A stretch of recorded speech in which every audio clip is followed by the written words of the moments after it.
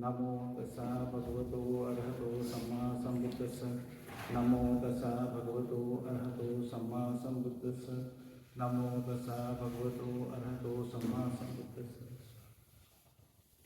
So today the talk which I am going to take is from Majjhima Nikaya. So as I was explaining that Buddha's teaching are kept in different books. So this is middle length book. Yesterday what I had read was from the numerical book. So middle length are, in the name itself it is middle length. Then there is a long book, Digha Nikaya, which are longer suttas. Then there is Samyutta Nikaya. Samyutta Nikaya are based on topics. So there are different books which are there. Then there is Kudaka, which are the miscellaneous collection which is there. So different ways they have collected there. Yes. Oh, this is not working? Now, okay. Oh. So there are different ways. Oh, one second. We have not added this. Can we add that? And give this to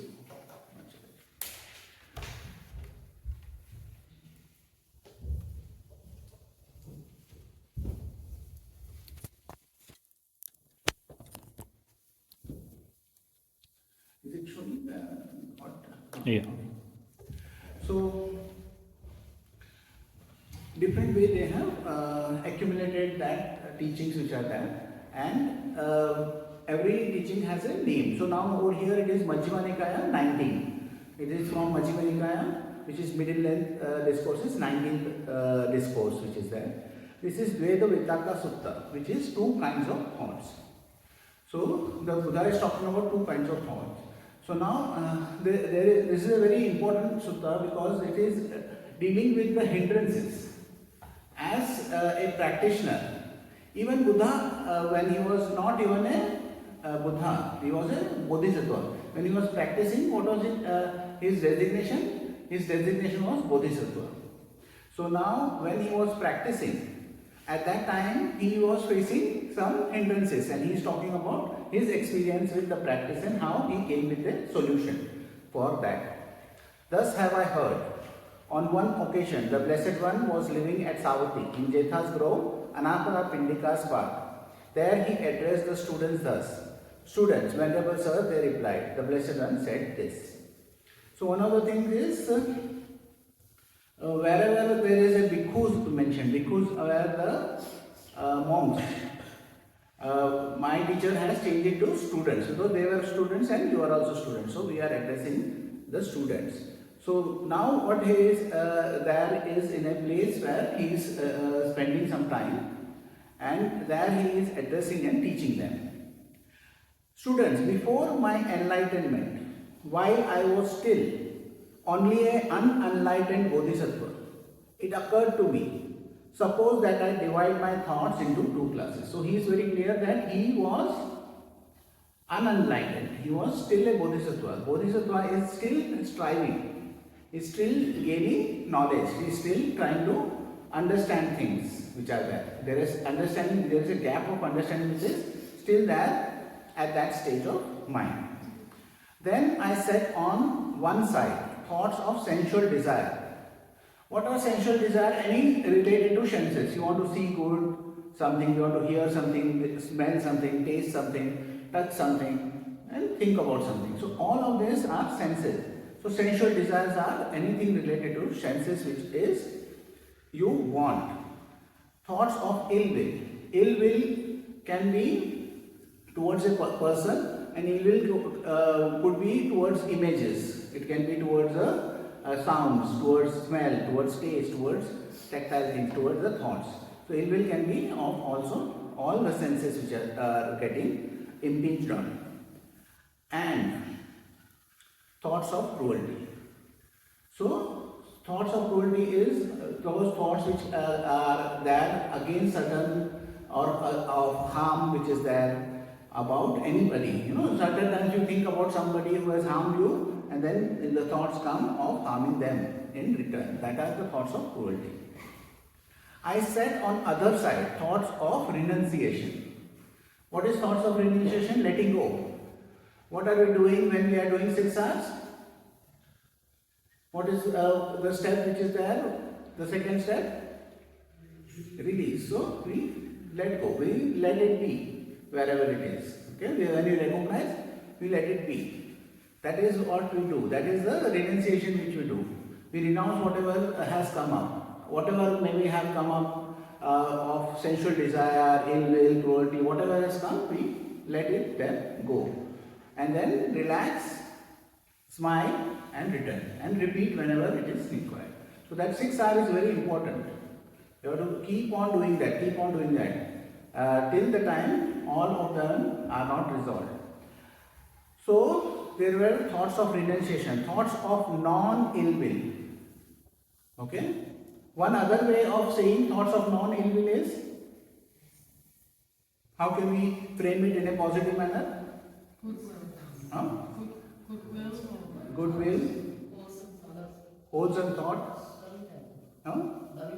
loving kindness, correct. So the non-ill will can be said to be loving kindness or metta. And thoughts of non-cruelty. How can we put it in a positive manner? Non-cruelty? Forgiveness is there. Compassion. Very good. So thoughts of non-cruelty is compassion. So that is how we can feel. So as we are talking about our practice, it starts with metta, then goes to different stages of mind. It goes to compassion, sympathetic joy, equanimity. All of those stages we cross. But it happens naturally. You don't have to do anything. You have to be with the object of meditation. And the Buddha is saying now what he did was he put the two thoughts, whatever thoughts were there, into baskets. It can be 3 baskets also, it can be 4 baskets also. You can classify in many ways. But he did this for simplicity. So he did that for simplicity, that if this is not there, then I will not put attention of mine. So all our practices of attention. So where we start with our attention, is with the loving kindness we feel in the heart, and we keep our attention there. If our attention is distracted, what we recognize that. Then release, relax, re-smile, return and repeat when it is needed. Okay? So that is how. So now he says is, as I abided thus diligent, ardent and resolute. So when he was practicing, he was diligent. He was doing what was needed, when it was needed to be done. He was diligent, he was ardent, he kept a practice which was saying that I will put whatever efforts is required to be put in this practice, and resolute. So he had resolved. So one of the things which is the resolution which you gave was sit for minimum 30 minutes in your practice. Okay? Whenever your mind says to get up, then at least give yourself 2 times extension before you give up. It is not about fighting with it, it is about understanding our mind. So that is that is very important. He was diligent, he was ardent and he was resolute. A thought of sensual desire arose in me. I understood thus, this thought of sensual desire has arisen in me. This leads to my own affliction. Why? Because when you are having sensual desire, you are not able to see things clearly. You are not with your object of meditation. You are getting distracted. So it harms us.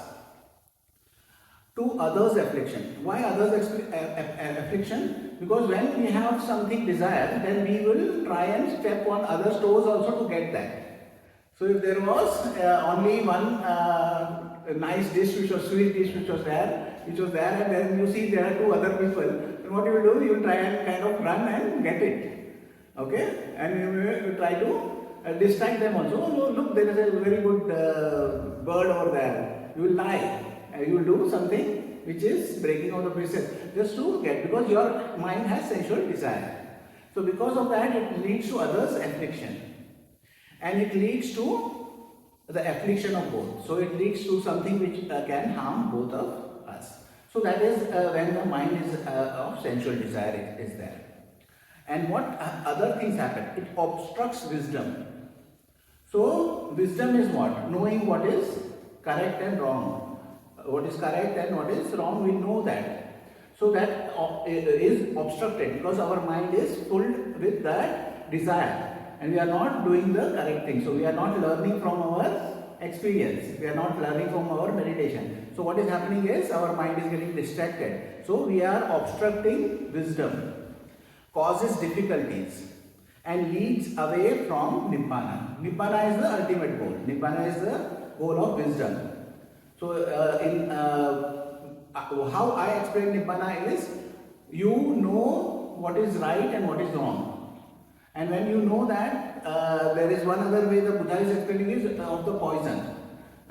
He says that, see, if I fill this up with a drink, very nice drink, okay? This is a nice drink, but it is very bitter, okay? It is bitter, and this drink which you drink, you will die because it has poison in it, or at least close to death you will come. Will you have this drink? How many will have this drink? Nobody. But what if I make this very much like a strawberry milkshake, and it will be very sweet and very delicious, but it's still poison? How many will have it? Nobody will have it, no? Nobody will say that it is tastes like a strawberry milkshake, but it is poison. Nobody will have it. Now I say that this is bitter, like a bitter gourd juice, okay, which is healthy. You know, for health reason in India, at least Karela ka juice we kind of like it a lot. Bitter gourd juice is healthy, but it is bitter, but it is medicinal. So how many will have it? So most of the people will say, okay, I will consume this because it is bitter. What if I have to give this drink which was sweet? It is made with say curds, honey is put in, molasses is put in, okay, and it is mixed up and made into one dish. Now that is a traditional medicine for upset stomach. If your stomach is upset, we do that. In our household also we give those things, you know. The mother will kind of take some kind of curd and put ghee and honey and molasses or something like that, or sugar she will put, and then she will mix it and give. That is very good for your health. So it is very delicious, but it is also medicinal. So would you have that, consume that? Yes, you will consume it, because you know what is poison and what is medicine. So that is the state of the mind which is Nibbana. So it is a very simple mind which is there. It is not a very complicated thing, Nibbana, or the awakened state. Awakened state is knowing what is poison as poison, knowing what is medicinal as medicinal. So that is the only mind which is there. That is our aim. But when our mind is full of sensual desire, then that is not possible, because our mind is obstructed. And that same way, when I consider this leads to my own affliction, it subsided in me. So when he realized this sensual desire which has come up will lead to my harm, then it subsided automatically. Then when I considered it leads to others' affliction, it subsided in me. When I considered this leads to the affliction of both, it subsided in me. When I considered this obstructs wisdom, causes difficulties and leads away from Nibbana, it subsided in me. Whenever a thought of sensual desire arose in me, I abandoned it. Okay? How do you abandon something? You let it be. Okay? Say you are going on a highway and there is some thing with you which you don't want. So what you do is you put it in the side of the road and you go away. So are you thinking about it? Are you worrying about it? Are you concerned about it? No, you just put it. So what is the second step again in our 6R? Release. Okay? So when you recognize, you release. You don't play with it. You don't try to do anything with it. You just abandon it. One other way he is saying is remove. Remove is, what are we removing? We are removing our attention from it. So our attention was there on the distraction. We remove our attention. We put our attention over here. Relax. Re-smile. Again put our attention over here. And then return back. Okay? So we remove our attention. So we abandon that, whatever is there, we remove our attention and did away with it. Did away with it is, I am not concerned with it. So that thought may still remain in the background. Some kind of nagging thoughts are there and they don't go. They are just nagging in the background in the mind, but you are did away with it. You are not concerned with it now. So some thought comes up in the mind and it is there in the background. You are not sixaring that. You are still staying with your object of meditation, your spiritual friend. You just stay with them. But say you get, that also has come up with the craving, as I explained yesterday. It has certain craving, that's the reason it is going, your attention is getting involved in that. If it get involved, you recognize. And it may certain times take 1 minute, 2 minutes, 3 minutes, 4 minutes, 5 minutes, whatever. But don't worry about how much time you are distracted. As soon as you recognize, you release. As soon as you recognize, oh, I had to go over that, and you recognize. Mid-sentence, you leave. Don't even complete that sentence. Just leave, relax, re-smile and come back. And that thought would be going on in the background, but you have did away with it. You have not concerned with that thought. So as I abided thus, diligent, ardent and resolute, a thought of ill will arose in me.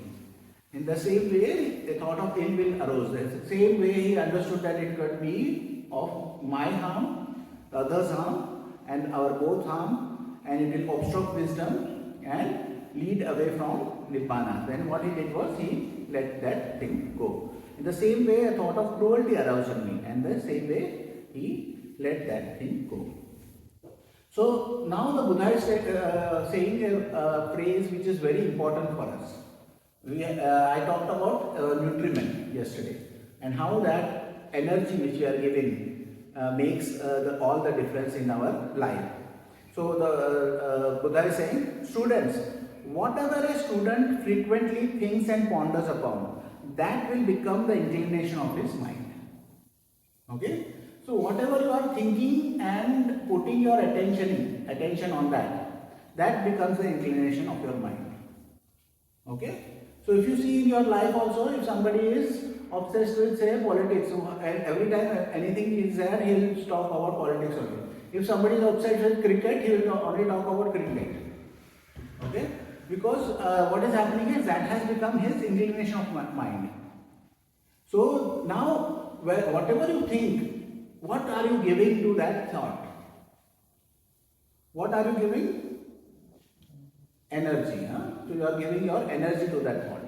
So that energy, if you are giving to that thought, even if you are fighting the thought, even you are trying to suppress that thought, even if you are trying to change the thought, but where is your attention? You will be on the thought. So I don't want, if it is there, then still you will end up with that. Why? Because your thought is there on the thing. That's the reason, and diets don't work, you think out, I don't want to eat the cake, I don't want to eat the cake, but end up eating the cake because your thought is on the cake.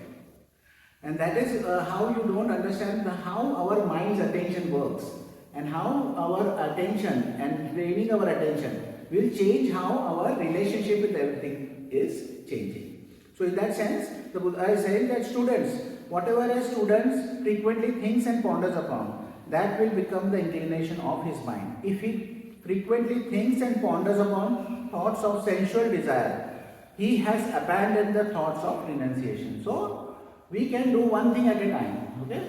This has been researched also. They have said that when they have some certain experiment they have done to see multitasking works or not. So they had somebody drive a car and suddenly some obstacle will come and they have to brake. So at that time they would give everybody some chance to do few of those sudden stops. Then they will be just talking on the mic. They are driving and they are just talking, and then they have to stop. And their stopping speed which was there was reduced. And certain times they would hit the obstacle because just they were driving and talking. So the concept that we are doing multitasking is a falsehood. We can do only one thing. So that is what Buddha is also saying, that if you have your attention on sensual desire, renunciation you have given up. Because one attention, if it is there, you cannot have that attention on that thing also. So you have given up the thoughts of renunciation to cultivate the thought of sensual desire. And then this mind inclines to thoughts of sensual desire. If he frequently thinks and ponders upon thoughts of ill will, he has given up the thought of non-ill will or metta, and then his mind will incline towards the thought of ill will. If he gives up the thoughts of cruelty, he has abandoned the thoughts of non-cruelty to cultivate the thought of cruelty, and then his mind inclines towards the thought of cruelty. So, what you pay attention to is very important. But the thing is that we don't know what is the mechanism of thought and what is the mechanism of attention. And this practice, that is the reason we have an object of meditation and we have a method to get our attention back. If we suddenly bring our attention back, what we are not addressing is the tightness which is there, the craving which has come up, the tightness which arises with the attention and tightness with the arising of craving, and we are not abandoned that. Then that's the reason you get pains, that's the reason you get headaches, that's the reason it becomes a task and a fight with your attention. But over here it is not a fight, it is just a understanding you have to develop, and you don't have to fight with yourself nor with your mind, but understand the mind and be with this mind which is there. And as you are being with the mind and understanding, then slowly it will change. For the first day it would be the most difficult, as I told you, but as you kind of go and keep practicing, you will keep learning this new method. Okay, and when you are learning this new method, you will gain more and more insight and you will go more and more deeper into the practice. So one example the Buddha is giving, just as in the last month of rainy season, in the autumn, when the crops have thickened, a cowherd would guard his cows by constantly tapping and poking them on this side and that with a stick to check and curb them. Why is that? Because he sees that he could be flogged, imprisoned, fined or blamed if he let them stray into the crops. So now the Buddha is saying that when there is a rainy season has finished and the crops have grown up, okay, now the crops are all grown up, now a cowherd has to take his cows for pasture. Now he goes through the village farms. Now he has to be very careful. Certain times he has to tap them on the left side, certain times on the right side. Why he has to do that? Because they have to be in the circle, in the middle. Okay, so your mind is also now a little like that, because certain time it will go in the right, certain time it will go in the left, and what you have to do is 6R and bring it in the middle, bring it back to your object of meditation. So this is how you constantly have to manage, because if this goes away, as I said, what is the only time you are not meditating? You recognize but you don't release, and then you keep it up with the distraction. If you just keep up with the distraction, what happens is your mind will keep on going and developing and giving energy to the distractions, and that will become stronger and stronger. So that is what the Buddha is saying, that when he was sitting in the meditation, he had to make sure that the thought or the attention is there on the object of meditation. So too, I saw in unwholesome states danger, degradation and defilement, and in wholesome states the blessing of renunciation, the aspect of cleansing.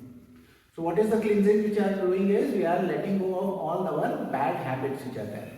So all which is happening in your practice is based on your past habits. Okay, from the past whatever habits has come up, reflect over here in your thoughts, feeling, notions, inclinations, all of them have come because of your past habit. Now if you don't 6R them, what would happen is in the future also you will see what is happening in the past. You will hear this term in life also a lot of time. He always does this. Always. Okay? Why? Because he has not learned, and he cannot learn because there is no awareness. When we bring mindfulness to our process or what is happening, then we learn from it. When we are able to 6R, then we are able to let go of whatever has come up from the past, and then a new future can be generated. Without letting go of the past, is it possible? So it is like a backpack, backpack is full of whatever you have done in the past. You are filling up with your backpack with whatever is there. There is no space now left. So whatever is there, you are carrying is from the past, which is there. Now to let something new come in, what you have to do is let go. Okay, one of the things most difficult is letting go of your past practices. You are not abandoning them, but you can keep this aside. Okay, because when you are doing certain new practices, then you have to see the effectiveness, and to know the effectiveness of this practice, you have to at least practice it the way it is supposed to be. Then you keep aside your old practices, do this, and then you will have new space you will create, because you will abandon the things which are not useful for you and you will go forward. As I abided thus, diligent, ardent and resolute, a thought of renunciation arose in me. I understood thus, this thought of renunciation has arisen in me. This does not lead to my affliction or to others' affliction or to the affliction of both. It aids wisdom, does not cause difficulties and leads to Nibbana. So then when a wholesome thought comes, he understood that this is a wholesome thing.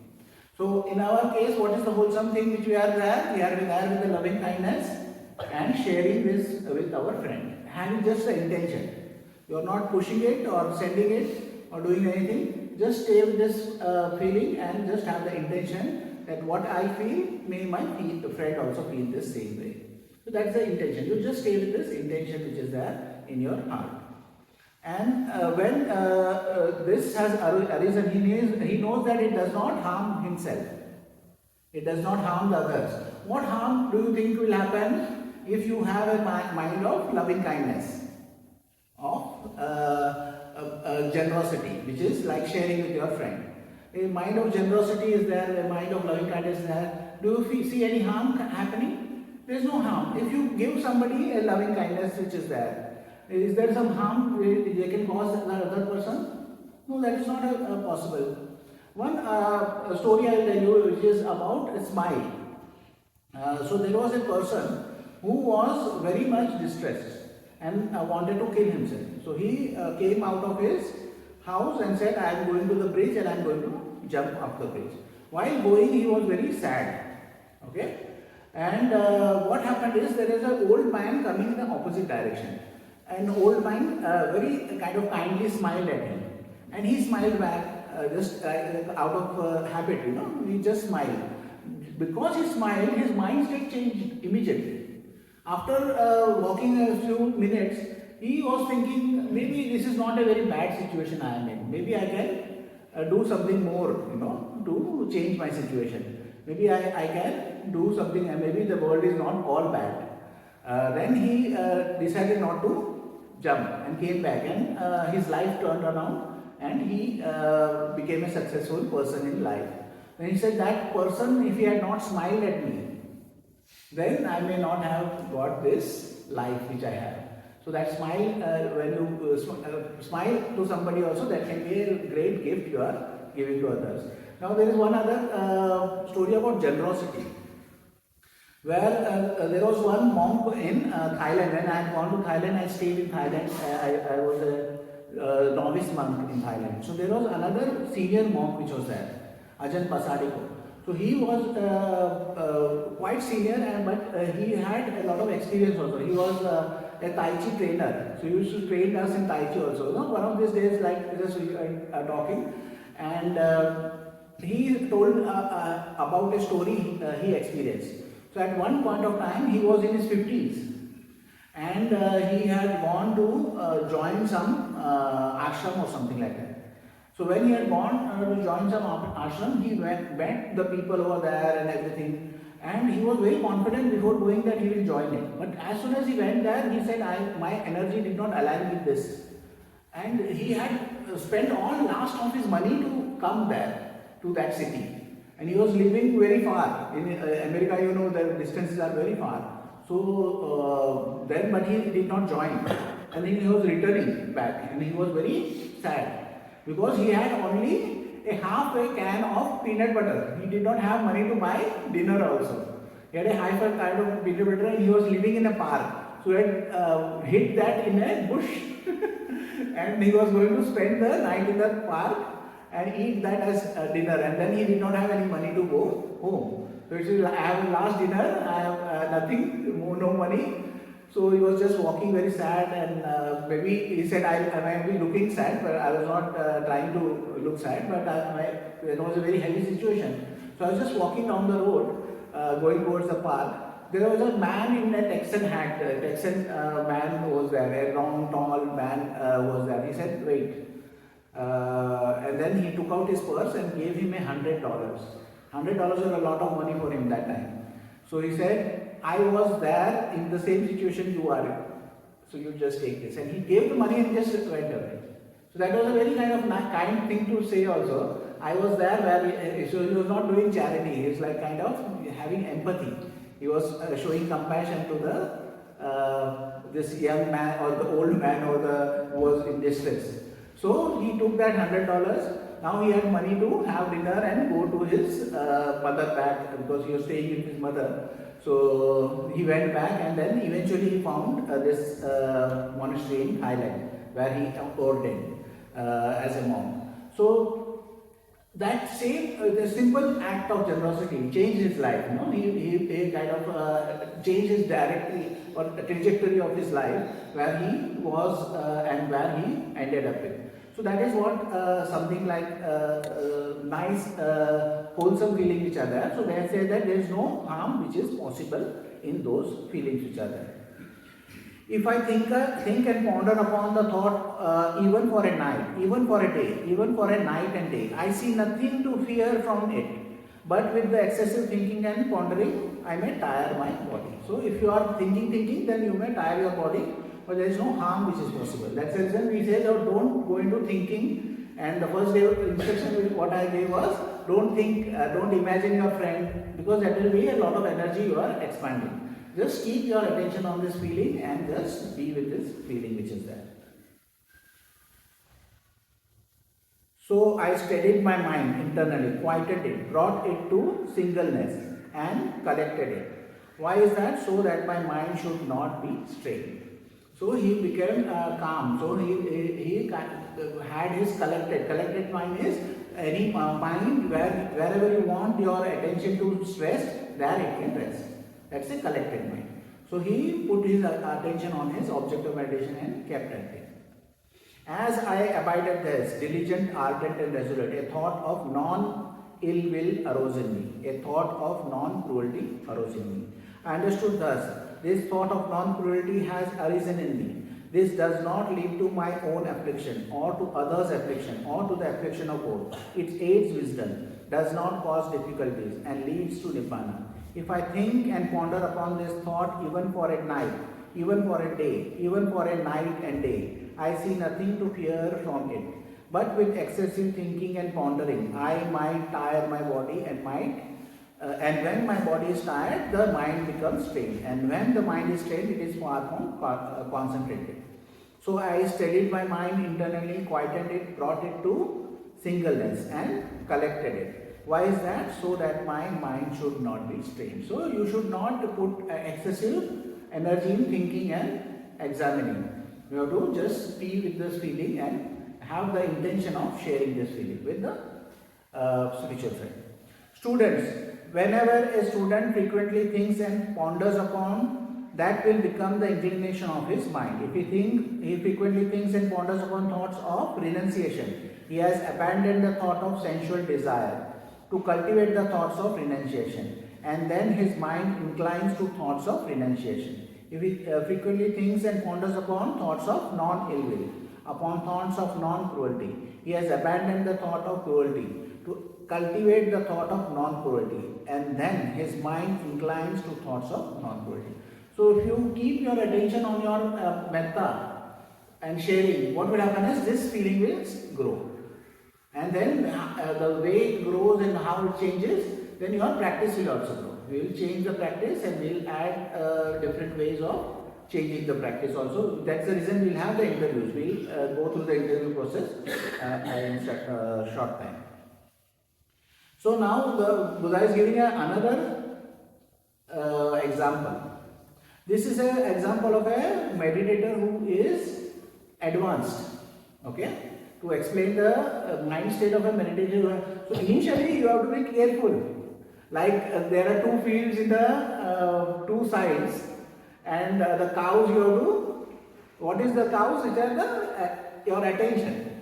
Attention should not go right or left, because right also it is very kind of attractive. Left also it is very attractive. So it can go right also, left also. Then that is you have to always 6 hours and bring it back. So now in the first day you will know that you have done a lot of 6 hours, coming back again and again. That's the mind of the starter. Okay. When you start, the mind will be that way. So you have to poke it sometimes in the left, sometimes the right, and keep it in the center. So now this is a mind of a, so he is explaining a mind which is of a meditator who is advanced.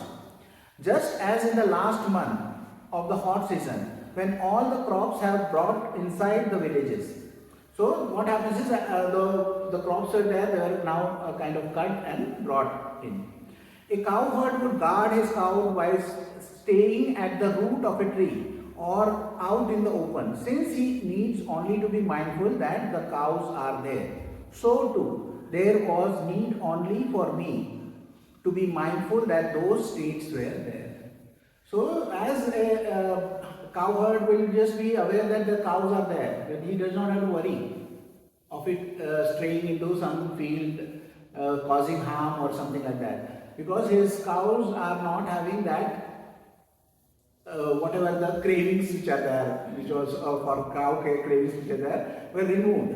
Now this cow cravings were removed, so that now the cows are there just passively eating the kind of the whatever the stubs are there, and then he is just aware. So in that way, when your mind develops, then you just have to be aware that these states are there. So your mind will become calmer.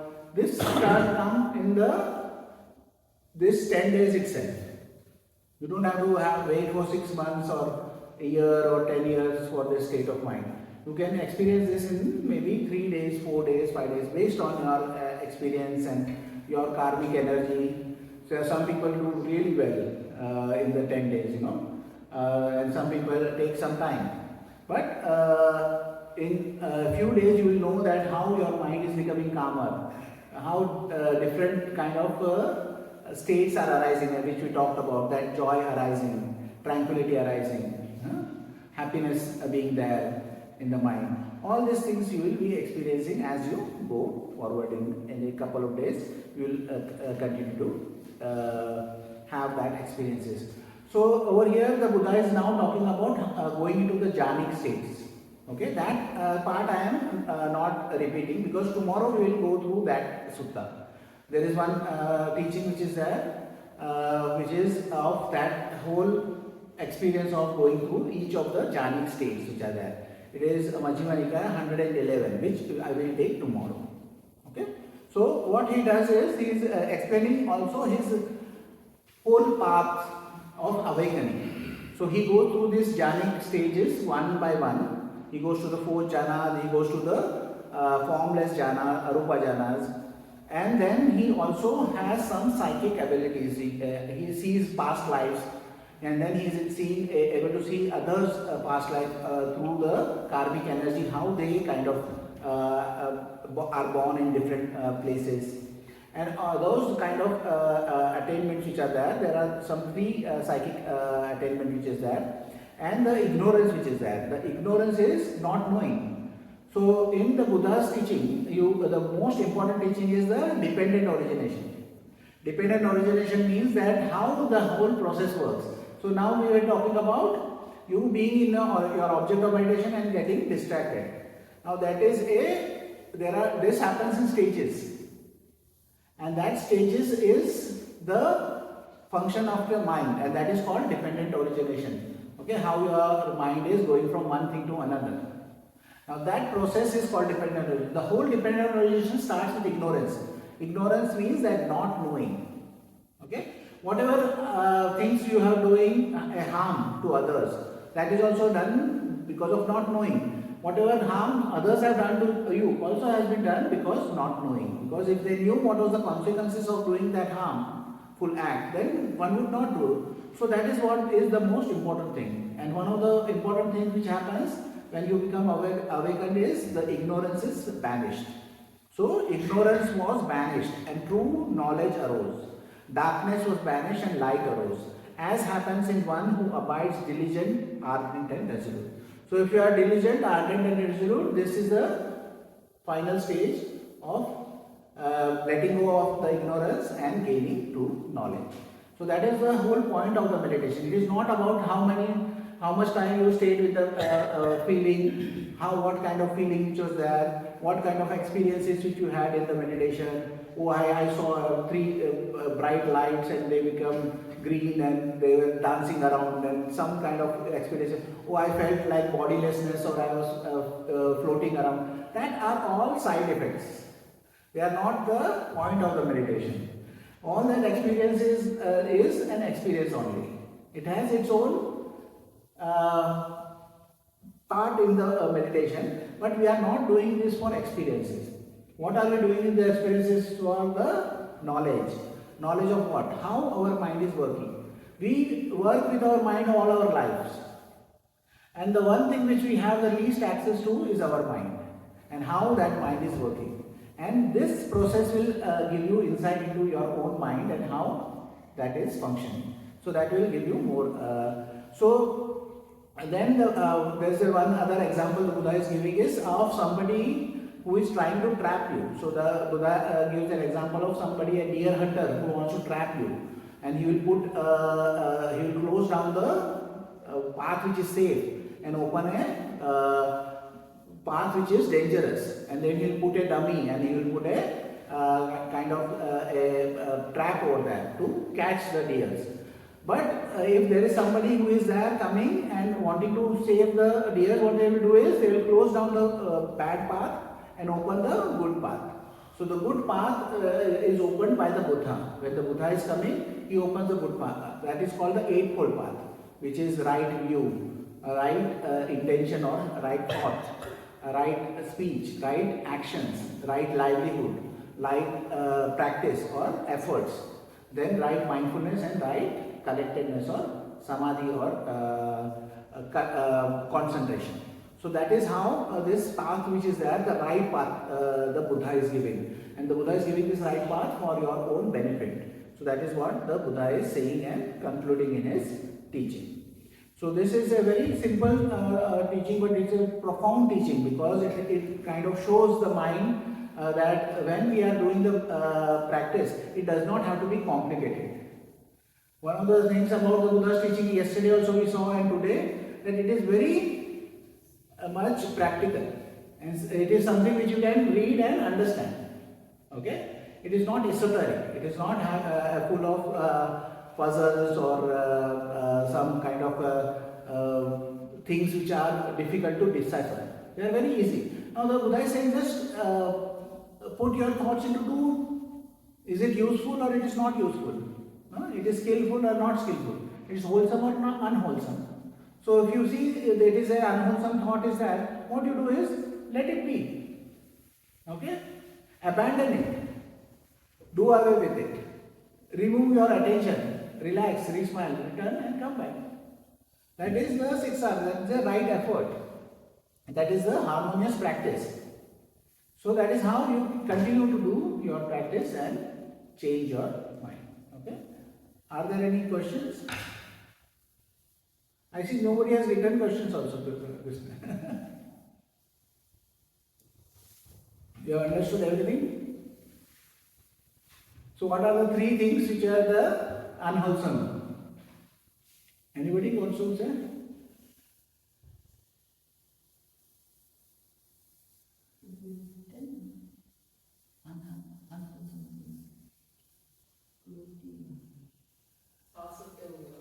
Thoughts of ill will. Sensual things. Cruelty. Okay. And what are the three things which are wholesome? Renunciation. Correct. Second, you can say the positive thing also. Metta and compassion. So those are the things which are there. So we are doing our practice where we keep our attention on the method, and whatever comes up we renounce that. Okay, and we should have compassion for ourselves also. Our mind, don't try to fight the mind, don't try to control the mind, don't try to dictate to the mind. Work with the mind the way it is. So wherever you are, there you practice. Okay, you don't practice in any kind of assumed that this has to be there. You should not have any preconceived notions about the practice. So wherever you are, if your mind is busy, that is your practice. If your mind is with sleep and torpor, then that is your practice. If your mind is having ill will, then that is your practice. If your mind has kind of desires, then that is your practice. So wherever your mind is there, if your mind has doubt, then that is your practice. So wherever you are, you can practice. So there is nothing that ideal situations are not there. Okay, there are no shoulds in the practice. It is whatever is, that is where you practice, and that is how you develop your mind. Okay, and as you kind of continue doing that, are everybody able to understand 6 hours? Anybody who has problem in 6 hours? Any new comers who have come today? Have you understood that? And everybody has got the booklet? You have got the booklet? Okay. And just keep the booklet and the pad also, yes. What's the difference between loving kindness and compassion? So one way of saying loving kindness and compassion is that, compassion is like you give the space for the other's pain. One way of saying that, you allow the other's pain to be there, but you have a supportive energy. You give them the supportive energy for that same. One example Bande, my teacher, gives is that once he was in Malaysia, so he used to regularly go to people who were in hospice. Okay, they were in the deathbed. So when he used to go and sit there, he used to see the relatives come. The relative come and they want to take away the person's pain. So they want to do something. So if the person is, there is a window over there, if the window is closed, they open the window. And they say if the person has does not have water, then they can go and get him water. And then somebody comes up and then they see the window open, they want to close the window. So they want to do something to take away the pain. But they understood that when he went there and met that person, we cannot take away their pain, but we can just be sympathetic to their situation. So you can give the space for them to have their own pain, but be in supportive energy. So that is how one way of explaining it is there. So when he saw that when he would just sit there and be with the person would become calmer. And he would be able to deal with his pain much more because he had that supportive energy. Because somebody is not trying to again demand something from him. You know, somebody is in pain, somebody is in suffering. Then when we say don't stop crying or stop feeling bad, then we are the person is already in a bad situation, and then we are putting demands on that person. But that is not compassion. The compassion is let him be in his kind of pain and suffering, but we stay in support, okay, of that person.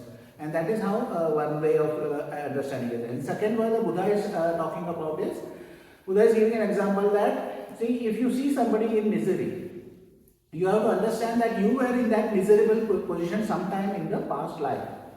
Some time in the past, because in the samsara we have stayed a long time, sometime in the past life we have been in that situation. In that way, when we think about that, automatically compassion arises for that situation. We can kind of understand them. Then the compassion is there.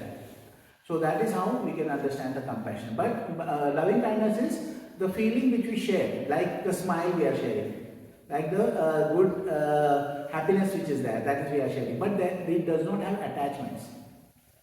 I think one of the words in English which comes is agave.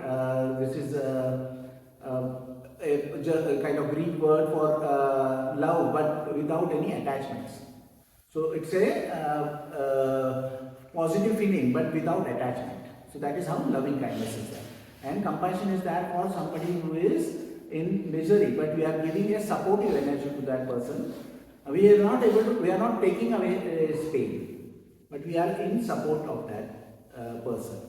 So being in support, sometimes just being there is the more than what you can do, you know. If somebody is in misery or something, and just showing up and being with that person can be an act of compassion. Does that make sense?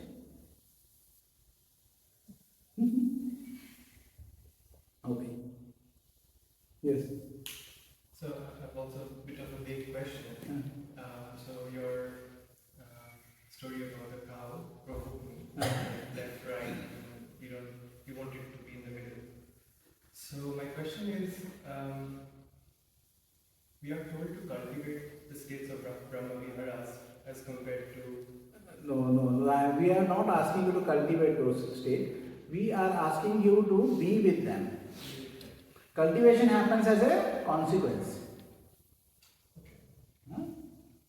Okay, so being with them as opposed to the negative. So my question is,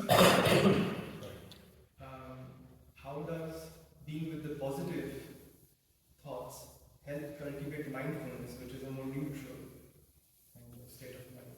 See, mindfulness is the definition as I have given in the first day is remembering to observe how your mind attention moves from one thing to another.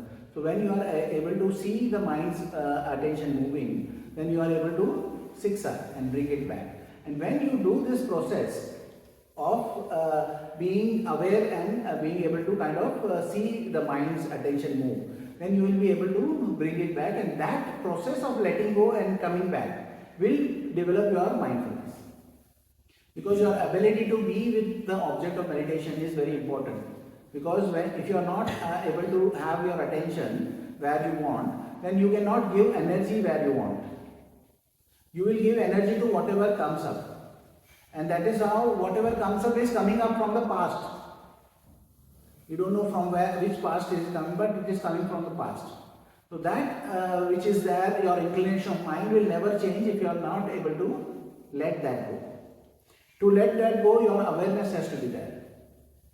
And the awareness that your attention has moved. That's the reason an object of meditation is required. That's the reason your attention, when it is over here, it is there, then it moves away, then you know that it has moved away. Then you are able to release, relax, smile and return back. And that is how you will develop your mindfulness. Because knowing how your mind's attention is moving from one thing to another. And as you are doing that, you will gain more insight. You will gain insight into impermanence. That how all those things which are coming are impermanent. Certain times this thought is coming, certain times that thought is coming. When the pain is also coming, the pain will not remain at the 10. Okay, if I scale the pain to 1 to 10, the pain sometimes will be 5, sometimes will be 7, sometimes will be 1. That also fluctuates. You see the impermanence in the pain. You see how the resistance is there. Certain times some people are okay with pain, and certain times some people are not. How is your relationship with your pain? That is what you will learn about by doing this. So you are gaining more and more insight into that process through the observation, and that is the mindfulness you are developing. Okay? Yes? Before we were talking about how when someone is enlightened, they can tell the difference between medicine and poison. Poison, yes. Is that because they are so mindful and aware of their thoughts? I was wondering kind of how that. No, as you let go of the unwholesome, what you are doing is, it's like two plants are there. Okay, one you keep on giving fertilizer and water. Other which is there, you stop giving fertilizer or water. What would happen is eventually that other plant will die. So in that same way, where are you putting your energy? Are you putting your energy in the wholesome or the unwholesome? Okay. When you put your energy on the wholesome, then the wholesome will grow. That will become your inclination of your mind. And as you are doing that, the roots of the unwholesome which are there will automatically become weaker and die. And thus you will change your inclination of your mind.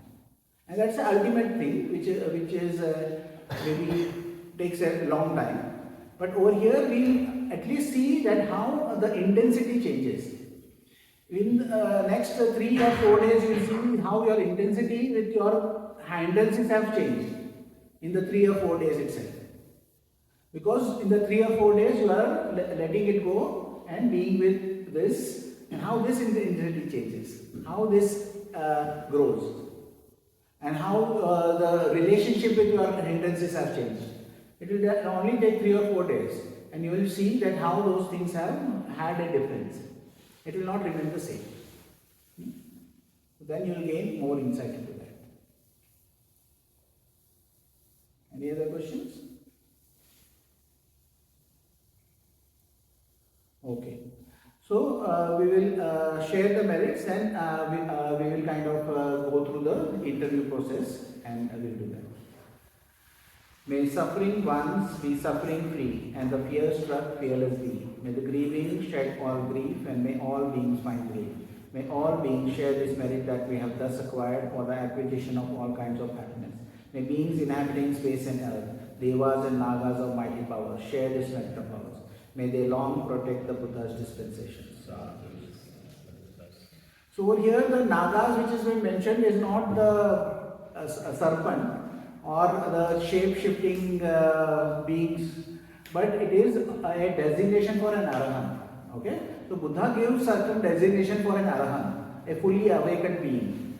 A fully awakened being, he gives different designations. So one of the designations he gives is a naga. In the time of the Buddha, an elephant was also called a naga. So one of the designation for a fully awakened person was naga. So there is different, we'll go through that in our suttas, where he refers to other ways also to a fully awakened person. So that does not mean, sometimes naga is kind of misunderstood. So that's the reason, the clarification. So you can just stop this.